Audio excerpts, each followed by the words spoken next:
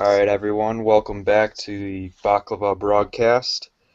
We are now into February, and I guess we could call this a kind of weekly podcast now, back on our normal schedule of the Friday night airing. I am here once again, with my two fellow podcasters, Kurt Russell, who recently placed a heavy wager on Marco Bellinelli for the three-point contest. You know something about Kurt? Yeah, apparently you know something I don't because I don't remember placing a wager. But Belly, he's got a lot of talent, so I think he can definitely win it. Nice. And our third man, last but not least, Rahul, who Thanks, is man. Paul's new #1 fan. How you doing, Rahul? I'm what? I didn't catch that. What was that? I'm good, man. How are you? Are you still working 70-hour weeks? They got you busy over there, huh? Oh yeah, lots of fun. Yeah. Just keep staying busy. Yeah. Every damn day. Every damn day. Hey, Kurt, I got a text from you earlier that said you were grabbing Frank. Grabbing some Franks. What's that all about, man? Who's Frank? That sounds nice. we can thank autocorrect for another classic mix-up. Oh, Actually, wanted to say dranks. Oh, I got you. I'm grabbing some classic Minute Maid lemonade, pink lemonade. Oh. Not So any drinks of the alcoholic variety. Atta So. boy. Well, maybe Minute Maid could sponsor us one day. Oh yeah, we'll see. I don't know if they'll make the cut, but Got a long list. we'll keep our eyes peeled. Yeah. Oh man. So what's on topic today? We always start with the Cavs. Let's change it up today. Let's start with something else. Well, there goes what I was gonna say. Oh man. No, I think something interesting that came out today, was it today? Very recently, Yeah. was the idea of a playoff realignment in the NBA, which would basically have the winner from each of the 6 divisions automatically. Are there 6 divisions or are there 8 divisions? There's 6. All right, that's why I said 6. Thinking of football. So the winner of the 6 divisions are automatically in, and then from that it would go straight to best record, and conference would essentially, be eliminated. That wouldn't matter, and then the seeding would go like 1 versus 16, 2 versus 15, etc. in the first round, and obviously a higher seed would still host or have more home games. So, Johnny, you want to give us some quick thoughts on the idea of a playoff realignment? Is it a good idea, a bad idea? What do you think? Yeah, sure. So, just starting off, I guess Adam Silver in himself as a commissioner, I think has done a great job. He just seems like a guy who wants to bring change and embraces what the fans want. And I think this is a great idea just in terms of, I guess, especially this year given the situation with the disparities that are pretty obvious, I think, within the conferences of the East and West. So, this year within the East, those 7 and 8 teams, maybe it's looking at Charlotte and Miami making the playoffs, where in the West, under this current system, you're going to have like the Pelicans, Suns, or Thunder, like 2 of those teams missing out on the playoffs. So just looking at those last seeds, I think this new idea is helpful in getting those great matchups and getting the 16 best teams, because that's what people want to see and that's what fans want to see, is the best teams play it out. And yeah, so Rahul, what do you think about this new idea proposed by the commissioner? I don't know, man. I kind of want to see Darren Williams struggling in the playoffs against the Atlanta Hawks or something like that. That always makes me smile. But in all seriousness, it's probably necessary. And times have changed, where travel is, a lot better for the players. They have their private jets and stuff like that. Accommodations are a lot better. So, I think that conferences are kind of outdated in that way. So, yeah, I think it's an interesting idea. I think over the next few days or weeks, we're probably going to hear like a lot of different iterations of like the same type of idea. But overall, something probably needs to change. So, anything to add to that, Kurt? Yeah, just a quick thought. I also really like it. I think most importantly because we'll have a chance to include more of the elite players. Think of like an Anthony Davis on a team that should be pretty good, but it's a tough conference, and then we'd have an opportunity to see a guy like that play in the postseason. Yeah. And I think basketball being only 5-on-5, one elite player has a much bigger impact. Sometimes it's not enough to carry a team to 50 wins just by one person's will. Yeah. But I think it's more likely that there'll be better players featured if you just take the top 16 records instead of forcing it into 8 and 8 in each conference. And I think if you look at a team like Oklahoma City or something like that, they're clearly a playoff team, but with their injuries they might not make it now. So maybe a team like that wouldn't be penalized as much, and they still have a better chance of it. But sorry to interrupt. No, you're good. You're good. So, unfortunately, this team has no shot of making the playoffs at the moment. We were talking about the Orlando Magic. Recently, their coach, Jacque Vaughn, was fired after 3 seasons with the team. They're 15-37 this year, 1-9 in their last 10, which is not great. Kind of came into a tough situation, not a lot of talent, a lot of youth, given several years to try to improve things, but again, not a lot to work with. So, Johnny, you're sad to see Jacque go. I know you had high hopes for the Magic this season, so. Yeah, Jacque. I remember him as a player a little bit, and I guess given like the recent trend in the NBA of kind of recruiting like the former players as coaches, he's kind of an example of, he was thrown into like a bad situation in Orlando, like not the greatest players to work with, but I think just some of the guys, they might be like, especially the point guards. It seems former point guards are the focus of head coaching jobs now, but I don't know. He just didn't seem to reach the players, and it's really tough when you have a really young team like that, and you really don't have any veteran guys in there. They pretty much dumped all their, veteran players they had before that, with like a Flalo, and they traded away like all the other players and pretty much just cleaned house, and they only had really like Channing Frye and Ben Gordon as like veteran guys around. So I could see the front office, getting impatient with we're off to like a really bad start and we're not even really in contention for the playoffs. But it's tough in the NBA. You're on a pretty short leash, especially with some of these teams that want to win now. So I don't know like as far as like filling that vacancy, if they're going to do it soon or not. But Rahul, you have any thoughts on the Magic and their coaching system? Clearly the roster isn't like the best, but I also think it's not the worst.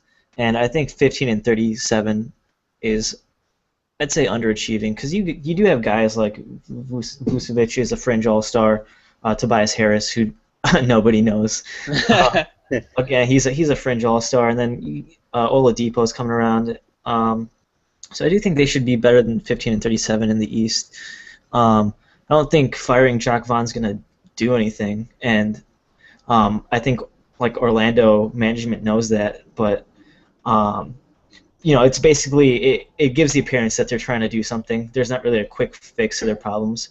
So, I mean, the simple solution is to fire your coach, and I don't think it's going to make a big difference. When they're going to be good, they'll be good, but that's not going to be for another few years, no matter who their coach is. So, I don't know. Kurt, what do you think? You think it's going to make a difference or not? No, this team actually reminds me a lot of the Cavs with Byron Scott recently, except this team is even less talented than the Cavs were. And obviously Byron didn't. His record was pretty awful in his years with the Cavs. There's there's just only so much you can do without talent. You can coach guys to maximize their potential and give it their all every game. But when it comes down to it, if the other team's trying just as hard and is more talented, you're probably not going to win. So Jacque had a pretty solid 26 or .269 winning percentage in his 2.5 seasons, which amounted to a stellar 58 and 158. Oh man! So, by the way, any NBA coaches listening out there, if you want me to coach your team to that kind of record for 3 years and take several $1 million while doing so, I'm definitely available. So just keep that in mind. That's crazy. Yeah, it's pretty bad. Speaking of teams that I definitely could not coach.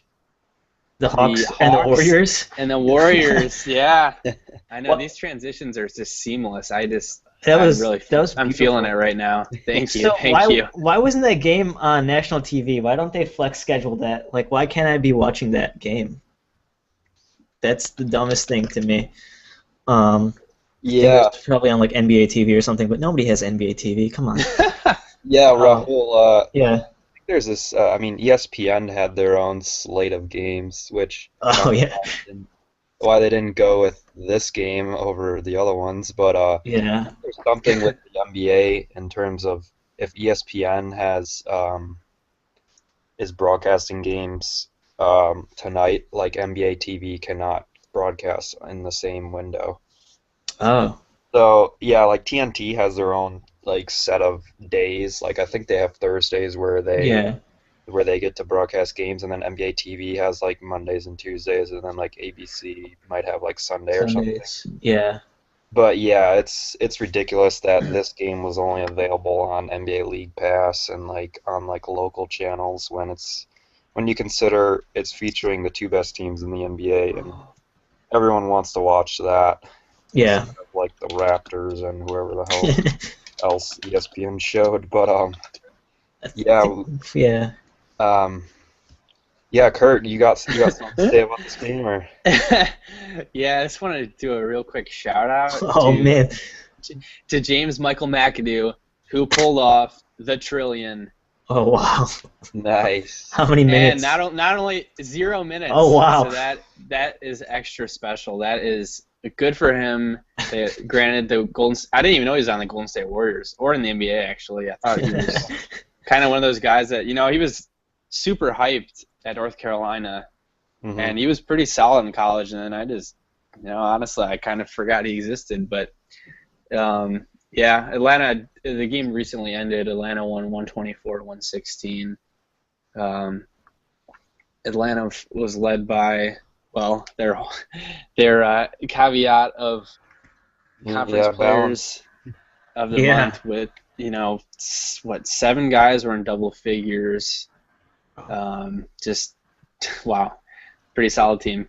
But sorry to interrupt. I just had to give that shout out when I was looking at the box score. That's something that deserves recognition. So congrats, James. Keep up the good work.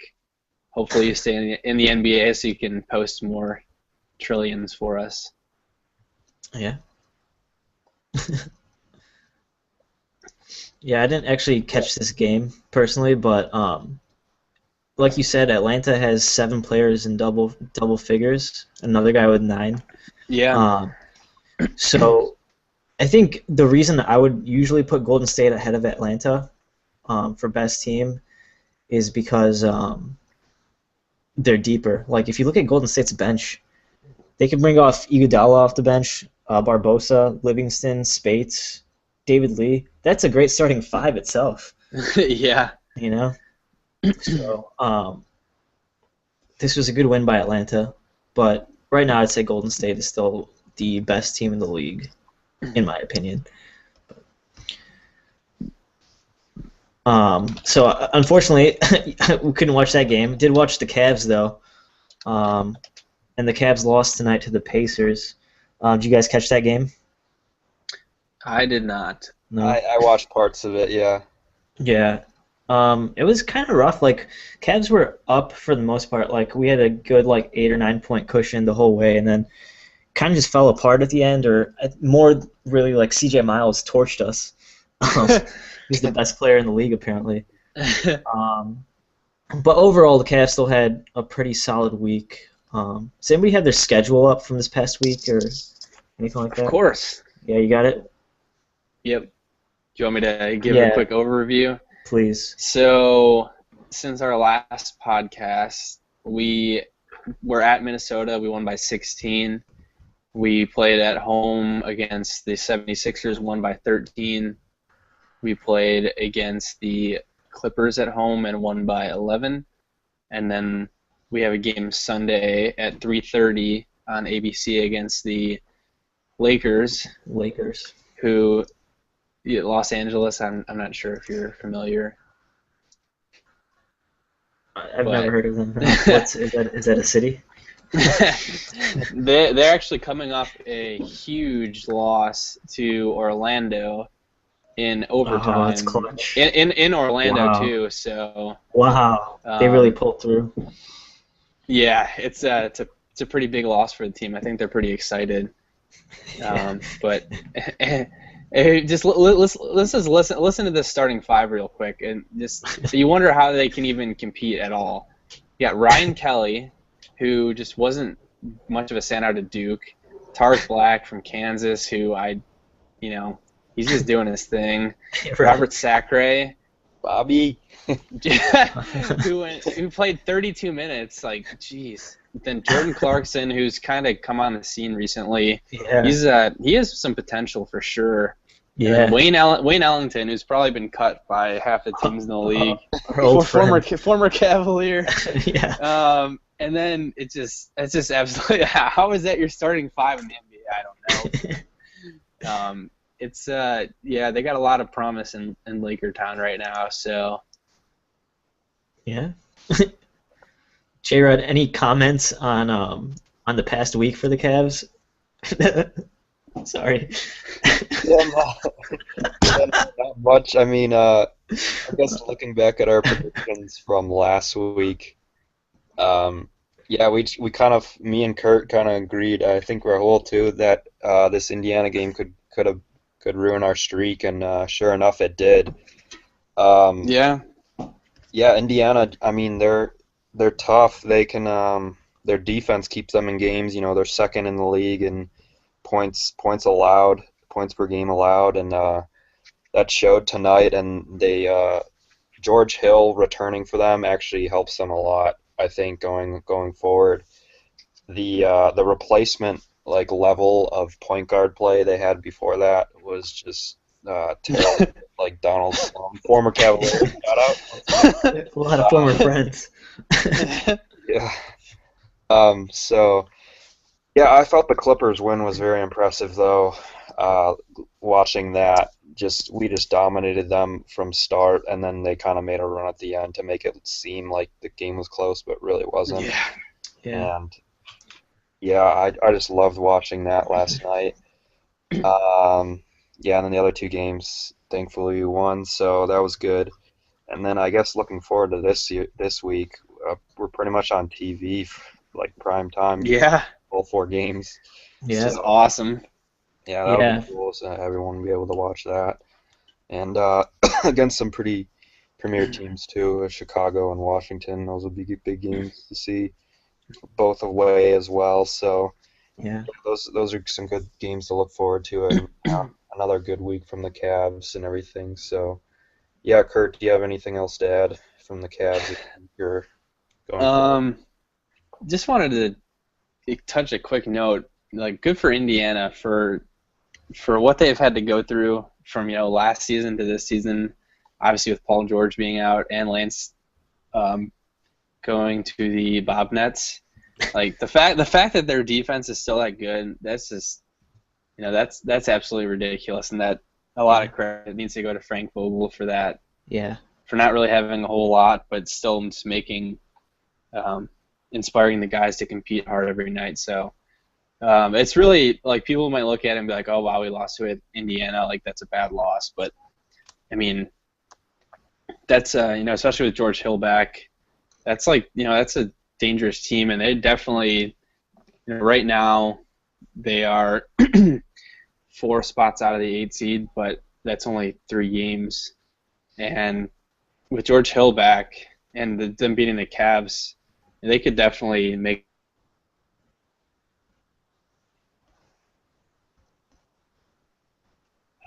That's a team I would not want to play in the first round. Yeah. Yeah, for sure. And yeah, you look at them as a possible 8 seed, going up against a 1, and then you look at Miami now with Hassan Whiteside, who is just unreal in this. Oh yeah. They could be really scary as far as, if we jump up to the 2 seed and they stay at like a 7, that could be a tough series, with him. They still got Bosch and Wade. So, Yeah. yeah, those few 7 and 8 seeds now that look pretty bad compared to the West. Those 2 teams, Indiana and Miami, they last year they were top of the league, so I don't think you can take those teams lightly in the first round at all, and Mm-hmm. they'll be tough. Yeah. They'll be tough outs for sure. I don't think they'll go down with a 4-0 sweep necessarily. So Yeah, good point. that'll be interesting to see how this plays out in the next. We only got 30 games left, so Yeah. yeah, Pacers and Heat are 2 teams to keep an eye on, I guess. Yeah. No, I definitely agree, especially if Paul George could possibly make a comeback. Yeah, There's been some news about that, right? Where he says he's a little bit under 50-50. That's the most recent article I read to come back. Mm-hmm. But that's a long way from he's definitely not going to play this season. And if they can sneak into the playoffs, definitely don't want to play Indiana, especially if they have Paul George. So that'll be scary. So the one thing I noticed tonight is that in crunch time, Kevin Love did not play at all, and most of that is because he couldn't guard David West. David West had 20 points and 11 rebounds going into the fourth quarter with Kevin Love as a primary defender. So that, to me, is very concerning that when we play a team with a decent power forward, you just got to sit Kevin Love in crunch time because he's not doing anything on offense either. So it's pretty concerning. yeah. I can't figure out Kevin Love. I mean, he's just so inconsistent. Like some nights, like last night, he looked really good. Like, he always starts out the first quarter. If the Cavs start out hot and with a quick pace and everything, he puts up a quick 6 or 8 points, and then he kind of just disappears the rest of the night. Like he just kind of camps out on the 3-point line and waits for his time to have a wide open 3 or something, and he doesn't really go down low and go to his game that got him 26 and 12 the last 5 years. So yeah, I mean, none of the media is eating up like this whole Kevin Love talk and is he right fit? Wiggins is looking really good too, so people are questioning, oh, should we have traded Wiggins away? And he seems a lot better than people expect. But yeah, I mean Kevin Love, he's good in spots, but he just got to become more consistent, down the road. And he doesn't have to be at his best for us to win. Obviously, we just railed off a 12 game winning streak with him not really necessarily leading the way, but yeah, I think overall Cavs are looking good. So I think what I don't know if you guys heard the Charles Barkley commentary last night. Oh yeah. Which I thought was, as usual, interesting. Started off with him saying that, kind of like what Weir said, we're wondering why Kevin Love isn't playing down low, and then Kevin went to drain his first 2 threes, which was great because Chuck just looked like a big old doofus for saying that. But no, I think he's right. It's weird because when you look at Minnesota from last year, which I didn't agree with Chuck on this point. He said that he doesn't think there's enough room down low with Mozgov. I mean, Kevin Love just played with Nikola Pekovic, and who certainly has no outside game whatsoever. He's kind of a pick and roll to the rim kind of guy. Yeah. So I think I don't know when it's going to happen or if it's going to happen or why it isn't happening. But like that guy needs to operate on the block. I think what he was saying about not enough room is that if you have Love and Mozgov in the paint, you clog up the driving lanes for LeBron and Kyrie. Because even though Love played with Pekovic, they didn't have anybody like LeBron or Kyrie, obviously. But I mean, I still agree with you. Like, there's no way Kevin Love should be just a 3-point shooter, which he basically is right now. And he's not really making too many of them. So, but yeah.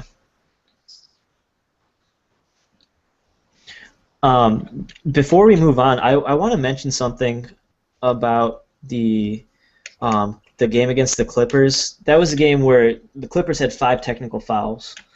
And have you guys heard about this Chris Paul stuff with him saying that Lori Holtkamp, the female referee, she's a rookie this year, made a terrible call and the league might not be for her. Did you guys hear those comments? Yeah. What's your reaction to that, if you have one? J-Rod, do you have anything on that? Yeah, I don't really have too much to say about that. I mean, he obviously said it in frustration, and some things come out when things aren't going your way and you're frustrated with bad calls, and it might be something you might say to like a rookie referee that you might not say to like a well-respected like 20-year referee. But I mean, I don't really have. I wouldn't take it too much or read into this too much. I don't think he really was fully into the sayings, and what he meant was coming off as a strong opinion or anything. So yeah, I mean, I don't know. Yeah. I wouldn't take it too strong. Have anything else? Yeah, I agree. I mean, the Clippers, I can't remember exactly what the stat is, but apparently of all their losses, they've only suffered like maybe 3 or 4 by double digits, and I think obviously more now that after the Cavs game, they were down by 30 or 25 for most of that game, and just getting absolutely slaughtered. And granted they had 5 technicals, but they, Matt Barnes is way up there. Like that team, they have some loose cannons, and I'm sure they haven't gotten their butts kicked like that in quite a while. So I agree. I think with Johnny, it's just a lot of frustration. And as far as it being sexist or anything like that, that's ludicrous. There's no way that was the intent at all. He would have said it, regardless of who the referee was, even if it was his dad. So I wish that ESPN would do him some justice and kind of let this go by the wayside and stop blowing it up into a much bigger deal than it actually is. But of course, they're going to sensationalize it since there's a 24/7 sports coverage. You always got to have something to talk about. So. Yeah. Well, I don't know if you guys know, but I am a professional Chris Paul hater. I'm just not a huge fan of him, so I probably reacted more strongly than you guys. But yeah, I don't think his comments were meant to be sexist at all. But yeah, it's just funny to me. It's just funny. I don't know. I'm sure the fact that they went or that he went 4 for 14 that night had something to do with it. Also, Yeah. the Clippers, they're kind of deceptively soft. You know, they get pushed around, and when they do, they get frustrated. But I'm surprised to hear these comments from Chris Paul, and I think the reason it's getting so blown up is because he is the president of the whatever the Players Association and all that, and of course with the female ref, it's like a perfect storm. But yeah, just want to throw that out there, see what you guys thought, and we can move on from that. So another strong team in the West right now is the Memphis Grizzlies. They've been doing real well lately. I don't know if you guys have been keeping up with them at all. But I've been keeping up with them about as much as you keep up with the Kardashians. So. Oh, you've been watching them real good then. Wow.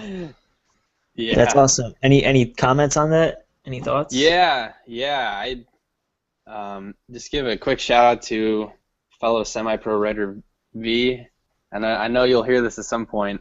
He picked Memphis to finish first in the West in our preseason predictions, which considering who everyone else picked, is looking like a pretty good call. Mm-hmm. But ever since they acquired Jeff Green, who's been there for 12 games, it looks like, that team it added a whole new dimension to that team as far as athleticism. They before that, their guy in that position for a lot of the minutes was Tayshaun Prince, who in his glory days he was a very solid wing defender. Can never really shoot very well, but somehow managed to put up points. But Jeff Green is just and when you look at that team, like Mike Conley, Zach Randolph, Marcus Gasol, those are three guys that I would start on pretty much every team in the league. Mm-hmm. And then when you add a guy like Jeff Green, who's just a very solid wing player, they have 4 of their 5 starting spots are with pretty far up there guys. And then between Tony Allen and Courtney Lee, you have the defense-offense mix going. Yeah. And then, Vince Carter he get hurt. He's missed some games recently. Yeah. But, it's a solid team. Especially, I love Beno Udrih on their team. He's, if the Cavs could get him as a backup point guard, that would be huge. He's just kind of reminds me of Delonte West. Well, don't get your head in the gutter for anything. I'm just pouring one out right now. That's all. But he's just a guy that gets to that little elbow jumper and just makes it every single time and doesn't do a whole lot else. But he's very good at very good at the skill that he focuses on. But no, it's a team that nobody talks about, and that to me, between them and Golden State, those two have to be. Those are two scary very, very scary teams. Yeah. Yeah, I agree. Memphis, they kind of fly under the radar, and yeah, they've gone on a nice winning streak without not too many people noticing or anything. Kind of beating it up on some of these other teams. I saw they held the Nuggies to 69 points, which is, I mean, the Nuggies are doing terrible right now, but to hold anyone to 69 points in the NBA is impressive.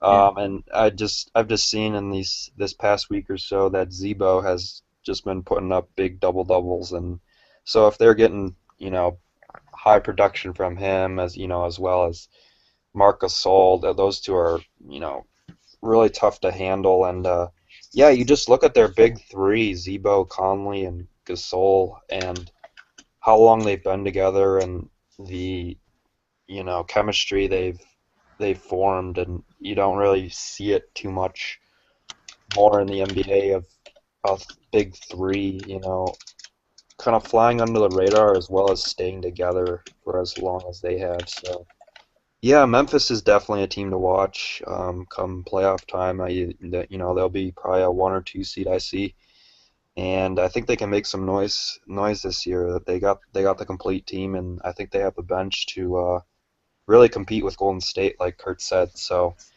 yeah, that's something else to look forward to come playoff time. Rahul, you have anything else on the Grizz? No, nothing too much. Just the Jeff Green edition really helped, obviously. It is funny though, because we literally just jinxed them because they just lost to the Minnesota Timberwolves as we were speaking. That's tough. Yeah, Wow. but I mean, still, I think the point remains the same. But that's just funny. Yeah. But yeah, nothing much to add. So I'm good on that. I got a quick question for both of you, and I guess Johnny, you can go first. Yeah. Marcus Sol and Zach Randolph, best front court in the NBA. Yeah, I would say. Okay. Yeah, I can't really think of any other guys. I mean, you got Noah Gasol in Chicago, and Well, I think what you could say maybe is that Gasol and Randolph are the best starting front court. But if you're gonna go with front court depth, I would still probably go with Chicago. Okay. yeah. That's Okay. how I see it. Okay. Or you could go with the Cavs if Kevin Love was just playing as good as he can. Him and Mozgov Mountain. I would take Gasol and Randolph over Mozgov and Love any day. I know. I'm just joking. Yeah. Yeah. All right. So, Well, go ahead. Sorry. you're good. Yeah. We were just talking about a team that's piping hot. So let's go to a team that is stuck in Cleveland right now in the ice and snow. They're not looking so great right now, and that would be the Washington Wizards, who are 3-7 in their last 10. Between Atlanta, Toronto, and Washington, they kind of had the top 3 seeds for most of the season kind of locked up, and now Chicago and Cleveland have crept back in. So Johnny, what's wrong with our favorite Wizards? I don't think it's too concerning. It's a bad record. Yes, 3-7 in the last 10 looks bad. But if you look at their schedule and who they're playing and the type of losses they've had, it's been all very close games, a few overtime losses to OKC and Toronto. And they've also had losses to Portland. And oddly enough, they haven't really figured out Charlotte, so they lost to them twice too. So I think you're just hitting a rough patch here. Yeah, I mean, John Wall's still playing well, but they have to get better production out of their other guys. And Bradley Beal, I think, really hasn't played up to what people expected him to kind of take a leap this year. So, yeah, I'm not too concerned with them. I could also see them losing in the first round if they're like a 4 and they play a 5 like Toronto or something. But Yeah. yeah, I think it's more of just hitting a rough patch in the schedule in terms of the teams they're playing. Rahul, what do you think of the Wiz? So I agree that it's probably just a rough patch, but I would be slightly concerned because they lost twice to the Hornets, and for all we know, that could be their first round matchup. So if you don't figure out the Hornets, that's pretty bad. And then if you look at their 3 wins over the last 10 games or whatever, their wins are against the 76ers, the Nuggets, and the Lakers. So you can say they have a lot of close losses, but then you can also say their wins aren't very impressive either. So I think they need to. I mean, they got to get out of this funk somehow. I think the All-Star break's probably really going to help them because they could probably use a little bit of a break. And we always make fun of the East, but the top 4 or 5 spots, that is kind of a dogfight still. So they really need to figure it out kind of quick because they could easily, fall to 5 or 6. So, Kurt, anything to add? Yeah, actually, kind of echoing what you have to say. If I was them, I would be pretty concerned. They, that team that on paper, looks pretty good, but when you look at the stats, John Wall is having a pretty elite season, and outside of that, he has a 21 PER, by the way. The next highest on the team is Paul Pierce at 16.3, which the league average is 15. So, no, you think between a very strong young backcourt and the veteran presence of Paul Pierce and Nene and Gortai, I think that's a solid starting 5. And then they have solid veteran depth between Andre Miller at the guard, Rasul Butler on the wing, and Humphreys and Seraphin in their front court. But just looking at their stats, some of their field goal percentages, it's not looking as great as I expected it to, and I'd be a little concerned. If it seems like if John Wall isn't tearing it up, which he has been, that team is very prone to losing, and it's everything goes through him. He's pretty much the source of all of their offense. So, kind of a lot. Well, yeah, Bradley Beal hasn't been playing as well, like you guys said, as expected. So, there's a lot riding on Wall's shoulders, and I think, like Raul just said, that this All-Star break couldn't have come at a better point, and hopefully, for their sake, they can regroup and maybe get some mental and physical rest that seems to be needed at this point in the season. Yeah, so I guess going off, kind of the rest of the All-Star break that you guys mentioned before, I guess this would be a good time, and I guess our last major segment for this podcast would be our little preview, I guess, of the All-Star weekend that will be coming Friday and running through the weekend, so February 13th to the 15th. So we're just gonna run through, I guess, the major events and who's participating, and maybe give a quick prediction as far as who we win or what we expect to see. So I guess to start off, starting with the 3-point shooting contest, which actually seems like the most exciting event in a sense in terms of who's in it. So actually, of the top 8 NBA players that have made the most 3-pointers this year, we have 6 of them participating in the 3-point shooting contest. In Kyrie Irving, our Cavalier, as well as league leader Kyle Korver, who's shooting like 53% from 3, which is ridiculous. Yeah. Yeah. Wesley Matthews, who's actually attempted the most threes. And then you got the Splash Brothers and Curry and Thompson, and then J.J. Redick, and then you have 2 other participants, James Harden and then Marco Bellinelli, Kurt's predicted winner. Anything else to say about Belly or this contest? What do you expect to see? Well, I'm gonna have to go actually and change my bet to I'm gonna pick Wes Matthews to win. And that is solely because his name sounds just like Wes Mantooth from Anchorman. So hopefully people understand that reference. But no, if I actually had to pick, that's very tough. The 3-point shooting contest is interesting because not only do you have to be a good 3-point shooter, obviously, but you have to have a form that lets you get in a rhythm and is pretty natural, and you have to jack up a lot of shots and not a lot of time. So I don't think that favors a guy like James Harden or Wesley Matthews. I think Kyrie and Steph Curry, I think, have pretty much the perfect strokes for this kind of event. More of a longer release but it's just I think more control. So not to go with the favorite. Well, I don't know who the favorite is, I guess, but I'm gonna take Steph Curry. I just think he's a guy that can obviously they can all catch fire, but I think he's most likely to catch fire for the duration of the event.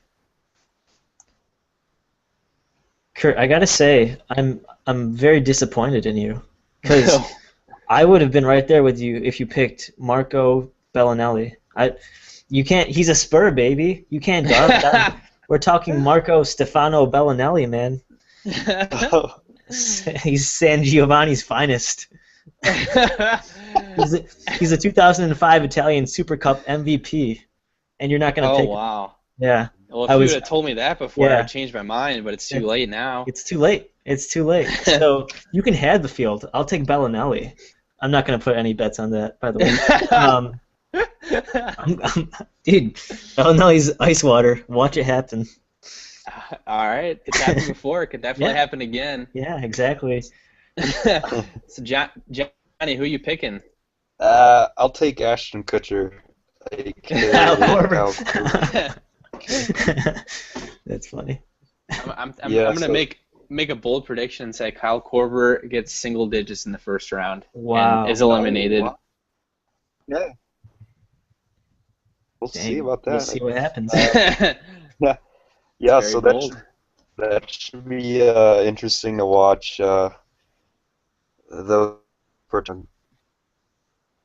do that 3-point shooting. So the next event, I guess briefly, the Taco Bell NBA Skills Challenge, which features mostly point guards, I guess.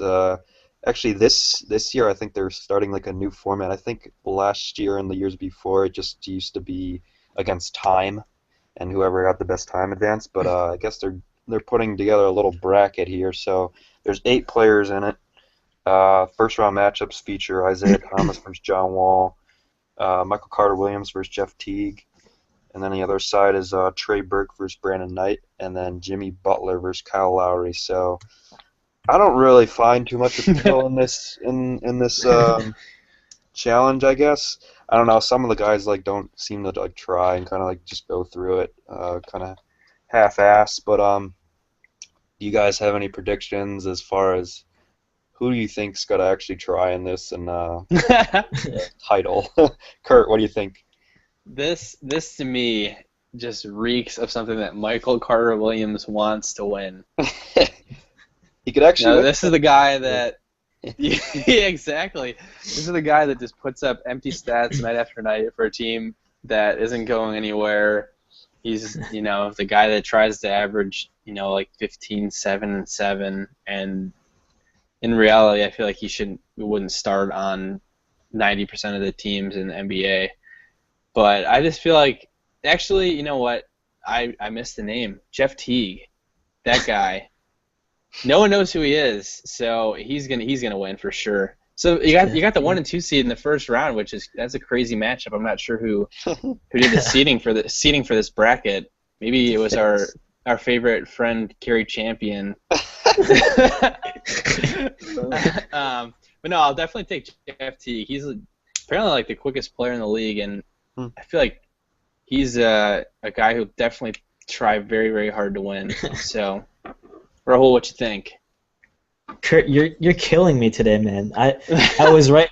I was right with you with Michael Carter-Williams. You were exactly right with your reasoning. He's one of those guys that's actually going to try. He can't win anything in the actual NBA, so he's gonna bust his nuts for this one. And you had it with Michael Carter-Williams, so I'm going Michael Carter-Williams. J-Rod. I'll go John Wall. Do the John Wall. Oh man, dude, John Wall's not about to try in this. Yeah, we'll see. I don't know. Is anybody in this contest sponsored by Taco Bell? Kyle Lowry, he looks a little pudgy sometimes, so I think he may be. Might be making some late night trips. You know what? We joke, but I think Kevin Love actually is sponsored by Taco Bell. I remember seeing a Nachos Grande commercial. The Nachos Grande. Right? Yes, that's true. if Kevin Love was in this, he would win it for the Taco Bell. When I look at that first round between Jimmy Butler and Kyle Lowry, I feel like neither of them has the slightest interest in being there. So Yeah. that looks like one that we could skip on watching. But I agree with Johnny. I have almost no interest in this event. I don't think most of the participants do either. So yeah, I think it'll only be a matter of time until that's kind of fizzles out. But something that will not fizzle out, our favorite, but potentially not favorite because the three-point contest is going to be very awesome. Sprite Slam Dunk Contest. First of all, have either of you enjoyed a nice, ice-cold, delicious Sprite recently? No, actually not recently, no. I don't think I have either. Drank like a ginger ale, but nothing. That's probably the closest thing I've had to Sprite. All right. Well, that kind of sounds good right now, though. Yeah, I know. If you're telling me. All right, Rahul. Man, what you think, man? Who's winning? So we got Oladipo, Plumlee, Levine, and the Greek Freak. And man, I just don't want to watch this. I'm not even gonna watch it. Man, can Plumlee even dunk? He probably can because he's like 10 feet tall. Is it Miles or Mason Plumlee? Which one is it? It's Miles. It's the guy on the Nets. I think it's Miles. Yeah. Miles. Yeah, it's Miles. Okay.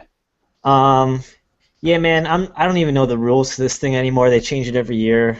I don't. I'm not gonna make a pick. So there. Wow. Yeah. Wow. On to you, Johnny. Yeah, so last year, they changed up the format, which is really stupid because you didn't know like who the hell won at the end. Like, oh, there's an East representative or something, and it was really dumb. I don't mess with it. And then like the whole idea, I guess this year is to return to like their classic format and like no time limit, which is really stupid because you have Robinson like a few years ago like attempting the same dunk like 50 times before he finally gets it, and people are like, oh, you still give him like a 9 or 10. It's really stupid. Yeah. But yeah, hopefully, I don't know, one of these guys like does something that we haven't seen before or something. But as far as a winner, I think Zach LaVine. I don't know. Okay. I have a feeling. The Greek Freak, it might like take off from like half court or something, but I think Plumlee won't have anything, and maybe Oladipo might have 1 or 2 nice dunks. But I think overall Levine is a high flyer that will win this one. So, Kurt, who's your winner? I couldn't see anyone outside of Levine winning. Honestly, I agree that I'm not really sure why Plumlee's in it. Maybe he has some moves that nobody's ever seen. That he's just gonna bust out, but I'm gonna go ahead and predict a Miles Plumlee layup in the first round. Hey, if it goes in, then good for him. That's never easy. Why isn't Andrew Wiggins in this game or in this dunk contest? He's young and impressionable. Levine's already representing the Timberwolves, so I don't know if their teammates been in the dunk contest recently together. I don't know, but I'm guessing it's allowed. I'm sure, I can't think of teammates, so I don't even follow the dunk contest. I hate it so much. Yeah, I tend to agree. It's I don't really like it either, just because everybody automatically gets an 8 just for dunking, and then pretty much a 9 as long as it's not, like with a time limit. Sometimes people would just literally just dunk it because they didn't have time to pull off another move. Yeah. And they still get like a 40 for it. So at that point, you kind of wonder, exactly what's going on. And someone gets like a 45 for doing a 360 windmill. But yeah, it's really hard. There's been so many dunks done over the years. I've had some pretty creative ones in recent memory. I don't remember exactly who did it, but one of my favorite ones in recent memory is whoever blew out the cupcake candle on top of Gerald Green. Yeah, that like. Stuff like that is pretty awesome. Yeah. And of course, the Blake Griffin jumping over the car, which got totally blown out of proportion. He didn't. Yeah, he just jumped over the. Yeah. It was like, I mean, I feel like that he's probably done much harder dunks than that. So, I mean, granted, it looked cool, all of the, we're bringing a car onto the court, I'm gonna jump over it, and then you jumped over the bumper, but and now he makes Kia commercials. Yeah, good for him. Yeah. But yeah, I have no interest either, really. So I'll just pick Zach LaVine. He's got some pretty solid YouTube videos of him dunking, and he's got the hops. So there you go. Speaking of hops, got the Celebrity All-Star Game, and we have some killer athletes in this game. Apparently, Carmelo Anthony and Spike Lee are coaching with Mike and Mike from ESPN Radio. Some of the names are Kevin Hart, Monet Davis from the Little League World Series. I think she's one of the first women to win a game in the World Series. And was it ever, or was it just in like 50 years or something? Might have been ever. Yeah, I don't know, but she's awesome. Yeah. Allen Houston, Nick Cannon, Skylar Diggins, my girl, Chris Mullen. So, Johnny, I know that you are big into celebrities. I know you read the magazines. Yeah, I know you follow. I know you follow the gossip. He's always reading people. Yeah. On the day.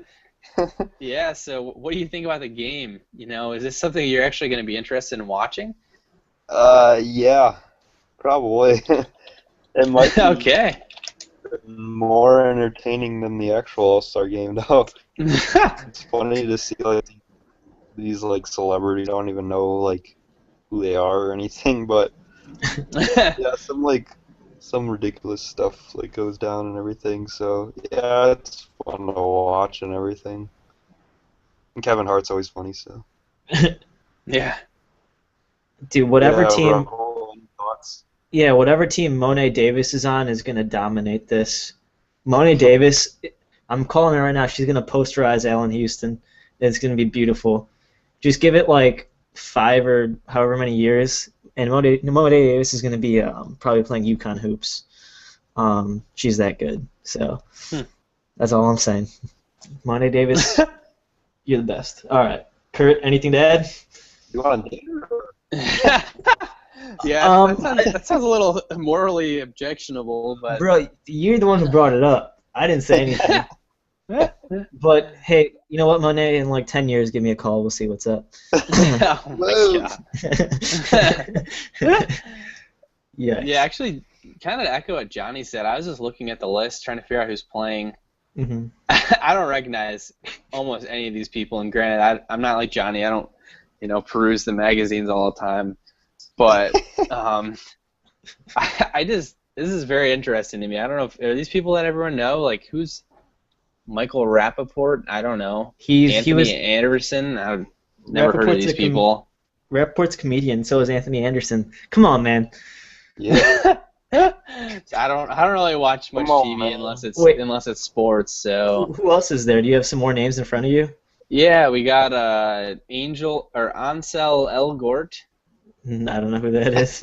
Somebody whose name is just Common from Selma. I don't know what either of those mean. Oh, he's a rapper. He's a rapper, yeah. Ah, of course. Okay. Wow. Win Butler. I don't know who that is. Chadwick Boseman. Oh, Chadwick. Next. Oh, I guess I know the rest of the people, but that's just because they're athletes. We got Shoni Schimmel, the Atlanta Dream from Louisville. She's my girl. Skylar Diggins, we all know because she's hot. And Tina Charles. I think she's a UConn product too. Actually, she's the only UConn product. And Kristen Ledlow, whose name but I don't know why that is. Oh, and the Memphis Grizzlies under Robert Pera. That's interesting. Oh, that's weird. Yeah. Where's my boy? Arnie Duncan's the one who usually tears his game up. Arnie Duncan's where's he at? Oh, yeah. Is he not playing? I don't see his name He's on probably here, going to play in the actual All-Star game. That dude's awesome. Scratch. Yeah, I'm surprised Brock didn't weasel his way into playing into this game at some point, but I don't know. Maybe it's some sort of security issue. Barack's a good player. He's solid. He's 6'4". Is he really? Yeah. Wow. Oh, He's I'm sure I'm pretty sure all he does is play all day. So Yeah, him and Arnie um, Duncan used to play all the time. yeah. Not that they have more important issues to tend to, but so that's about all I got. You guys, anything else to add about the Celebrity All-Star Game or anything in general? Not really. We were kind of slow on the site this week. I think everybody had Yeah. kind of a busy week. So as far as the things we said would come out, some of them didn't come out yet, but they will be. We promise they'll be coming out shortly. We got B's Power Rankings coming out, and then we'll have our weekly reviews as usual on Saturday and Sunday, our preview on Sunday, and then I think Deacon's going to have his Quidditch segment coming out pretty soon. Kurt, you did the 10 best moves in the NBA recently, if I'm remembering correctly. What That is, yeah. I think Completely original too. I think you missed the more important article, the 10 worst moves in the NBA. So Oh wow, I might have to cover that. We'll see. that's interesting. You have any? You have a sneak preview? Any names to look for you, or is it kind of just a preliminary idea right now? I've been thinking about it. I think that the Deion Waiters missed shot, well, he screams out "and one," and there's no foul. is definitely going to get on there. Yeah, and anyone that's watched a Cavs game knows about that one. Oh my God, that's funny. But yeah, other than that, they're just going to have to wait and see. So keep your eyes out for that. J-Rod, anything to add? Yeah, just one quick thing, one quick plug. We just recently started like a Semih Pro Facebook page, so be sure to go to that and like it. And all of our posts will actually be directed towards that. So anytime we post, it will be posted to that page. So follow us on that and follow us on Twitter and everything else, all that good stuff. I guess for next time. February 19th is the trade deadline. Or actually, sorry, it's February 19th, I believe, is the trade deadline. So for next time, we'll probably be talking about that and potential trade candidates that have been floating around, kind of rumors and who we think's got to be moved and everything. So yeah, be on the lookout for that for next week. And yeah, we actually just hit 124 views just for Rahul's article on CP3 and his comments. So that's good to see as well. We've been posting, kind of commenting on ESPN and different other sports news outlets. So it's good to see our site keeps growing and everything. So yeah, thanks for listening. And we're basically ESPN. Yeah, basically without the shitty commentators and anchors and everything. Yeah. Exactly. Yeah, all the other stuff. So I just want to give a quick shout out to Bill Simmons. Bill, I wrote you a letter like a month ago asking for a job, and you never got back to me, dude. What the hell? He's gonna be getting another letter real soon. It's gonna have a stern tone. So, but yeah. Anyone else have any other quick shout-outs to give before we sign out for the night, I mean. No, I don't think so. Kurt, tell your friend Frank or whoever you've been grabbing to we say hello. Oh, I will make sure to do that. All right. Well, it's good to talk to you guys as always. Yep, thanks for listening. All right. All right.